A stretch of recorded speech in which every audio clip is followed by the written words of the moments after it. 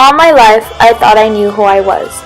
A brown, stereotypical Mexican-American girl living in America with her loud Mexican family who was pocha and ate rice and beans.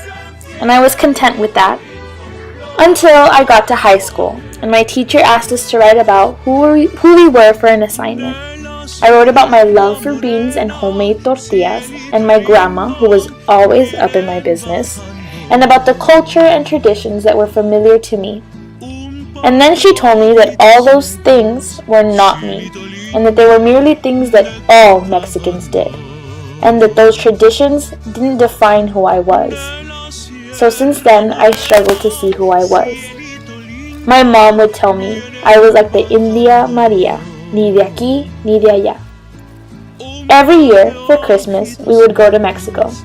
It was the tradition to read a section from the Bible and say a Hail Mary, but because my sisters and I were pochas and didn't speak perfect Spanish, they'd skip over my sister and I.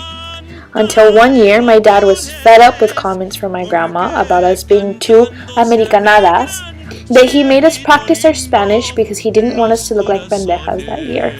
His intentions meant well, and I'm so glad that he told us that, because since then, I embrace that I speak both English and Spanish. I embrace that my home is in two countries, and that I am Mexican American.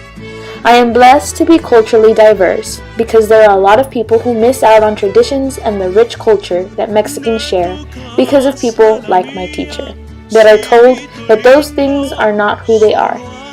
So yeah, every Mexican may make tamales every year, or love rice and beans, and have a grandma who is chismosa, but it's the memories and love that I remember from those traditions that make them a part of me and who I am and who I want to be as a person.